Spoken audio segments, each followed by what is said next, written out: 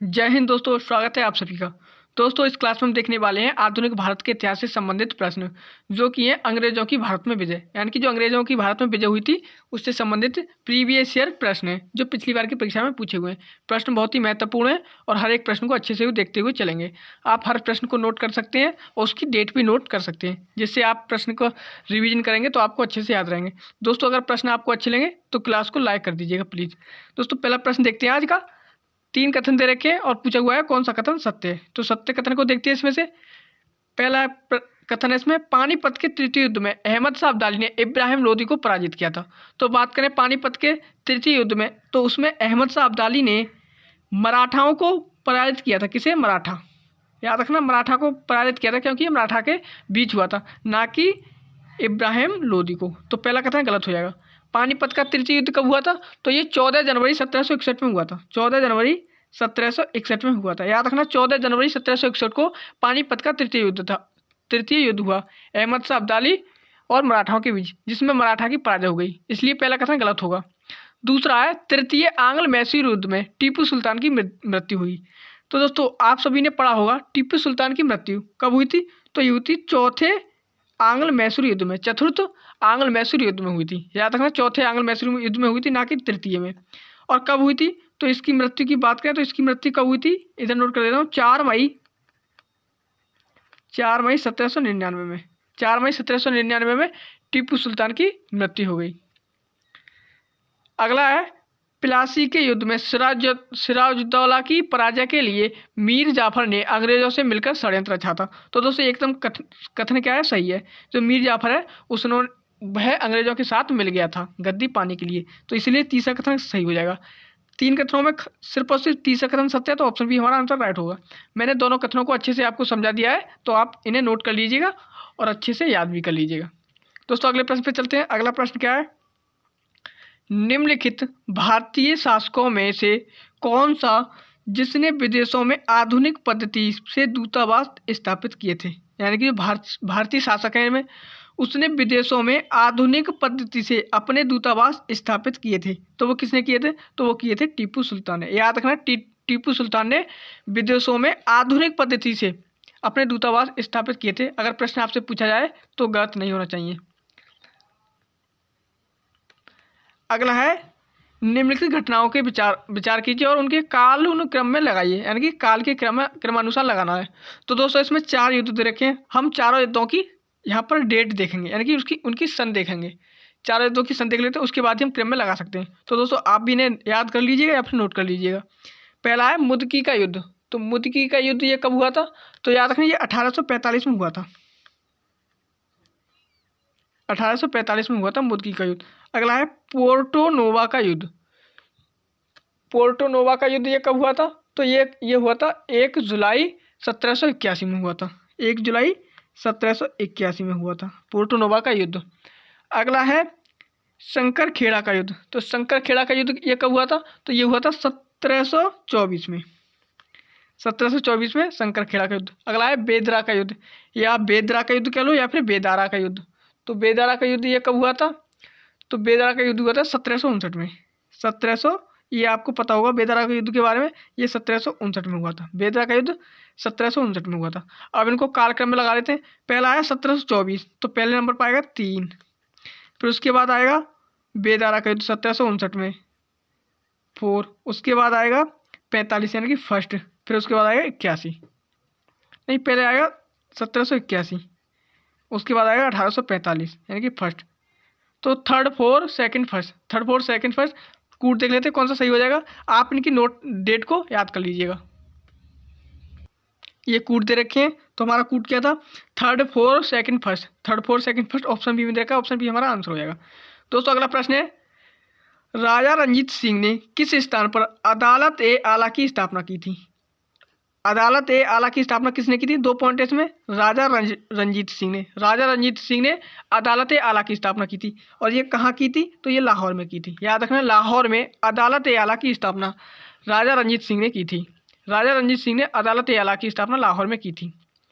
दोस्तों, अगला प्रश्न है, एक्सला सैंपल 1748 की संधि के संदर्भ में निम्नलिखित कथनों में से कौन सा कथन सही है?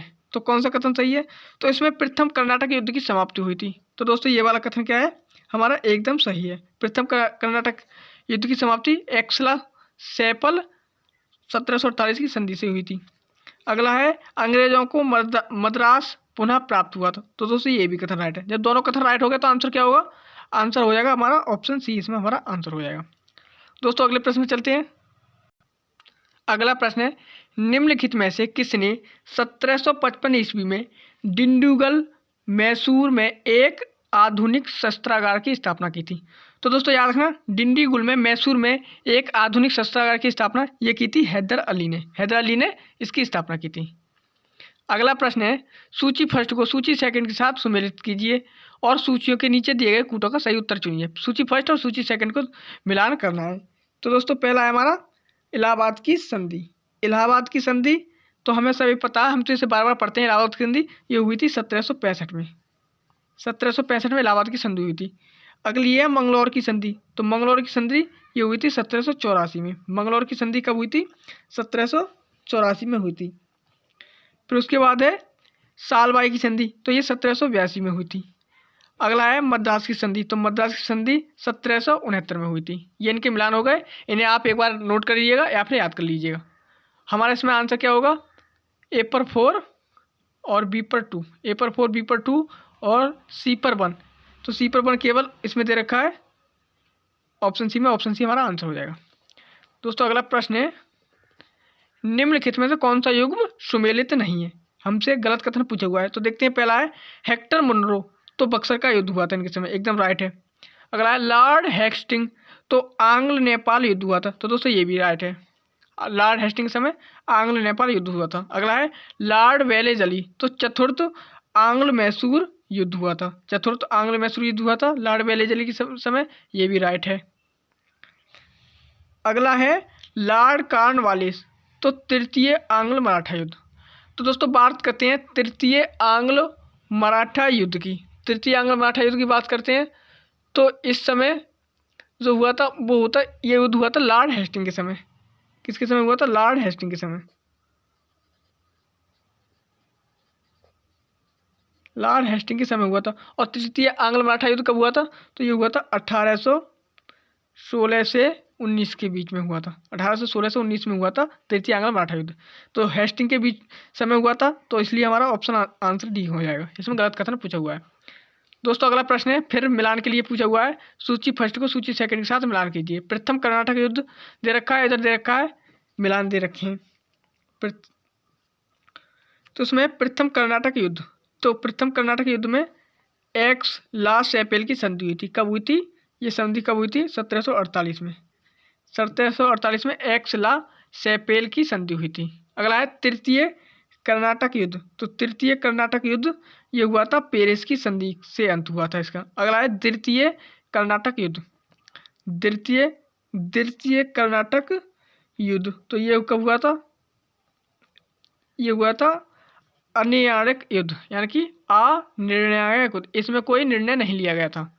अगला है प्रथम मैसूर युद्ध। प्रथम मैसूर युद्ध ये कब हुआ था? ये हुआ था ब्रिटिश की हार हुई थी। प्रथम मैसूर युद्ध में ब्रिटिश हार गए थे। दोस्तों ये इनके मिलान हो गए। अच्छे से एक बार देख लीजिएगा और नोट भी कर लीजिएगा। हम इसका आंसर देख लेते हैं। तो आंसर क्या होगा? ए पर 4 दे रखा है केवल ऑप्शन सी में, तो ऑप्शन सी हमारा आंसर हो जाएगा। हम अगले प्रश्न पे चलते हैं। अगला प्रश्न है बक्सर की लड़ाई के समय बंगाल का नवाब कौन था? जब जिस समय बक्सर का युद्ध हुआ था, कब हुआ था? 1764 में। 1764 में बक्सर का युद्ध हुआ था। उस समय बंगाल का नवाब मीर जाफर था। कौन था? मीर जाफर। दोस्तों अगले प्रश्न में चलते हैं। अगला प्रश्न है सिंध पर ब्रिटिश ने कब्जा किया। तो याद रखना सिंध पर ब्रिटिश ने कब्जा किया था, यह किया था 1843 में। 1843 में सिंध पर ब्रिटिश ने कब्जा कर लिया था। यह भी प्रश्न UPPCS मेंस 2015 में आया हुआ प्रश्न है। अगला है प्रथम आंग्ल मैसूर युद्ध में कौन विजयी हुआ? तो दोस्तों बात करते हैं प्रथम आंग्ल मैसूर युद्ध ये कब हुआ था? तो 1767 से 69 के बीच हुआ था। 1767 से सॉरी यहाँ लगता है यहाँ लिखा जाएगा 1767 से 68 के बीच हुआ था। 1767 से 69 में हुआ था ये। कौन सा? प्रथम आंग्ल मैसूर युद्ध। इसमें कौन विजयी रहा? तो हैदर अली इसमें विजयी रहे थे। कौन? हैदर अली इसमें विजयी रहे थे। 1767 से 69 में हुआ था प्रथम आंग्ल मैसूर युद्ध। अगला प्रश्न है, निम्नलिखित में से कौन एक सुमेलित नहीं है? इसमें से कौन एक सुमेलित नहीं है? देखते हैं इसमें कौन सुमेलित नहीं है। अगला है, इसमें कथन ये रखा है, प्रथम आंग्ल मैसूर युद्ध हैदर अली पराजित हुआ था। प्रथम आंग्ल मैसूर युद्ध में हैदर अली क्या हुआ था? जो हुआ था वो पराजित हुआ था। ये वाला कथन हमारा गलत है। क्यों गलत है?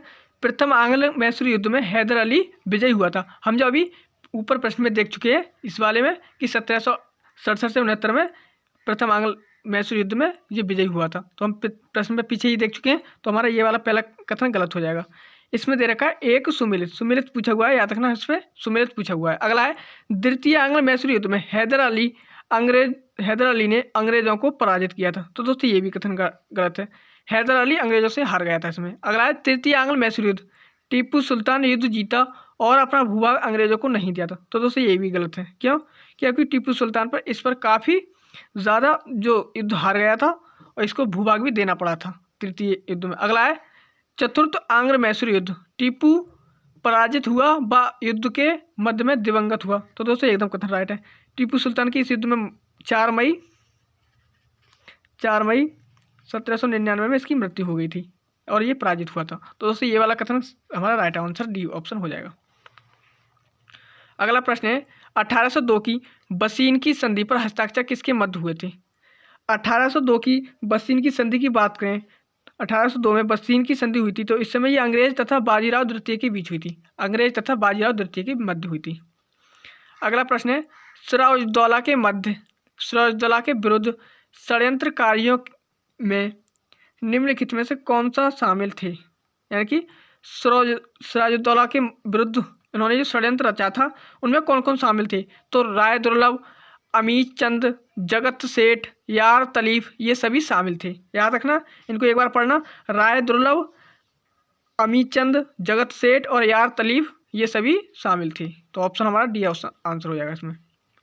अगला प्रश्न है, निम्नलिखित में से प्रथम कर्नाटक युद्ध का कौन सा तत्कालिक कारण रहा था? प्रथम कर्नाटक युद्ध इसका तत्कालिक कारण था तो अंग्रेजों द्वारा कुछ फ्रांसीसी जहाज़ों पर कब्जा कर लिया गया था, तो इसी उस समय ये तत्कालिक कारण था। तो दोस्तों ये 16 प्रश्न हमने इसमें कर लिए हैं। ये काफ़ी अच्छे प्रश्न थे, यानी कि इंपॉर्टेंट थे, पिछली बार की परीक्षा में पूछे हुए। तो दोस्तों ये क्लास यहीं तक रखते हैं, मिलेंगे अगली क्लास में, तब तक के लिए जय हिंद।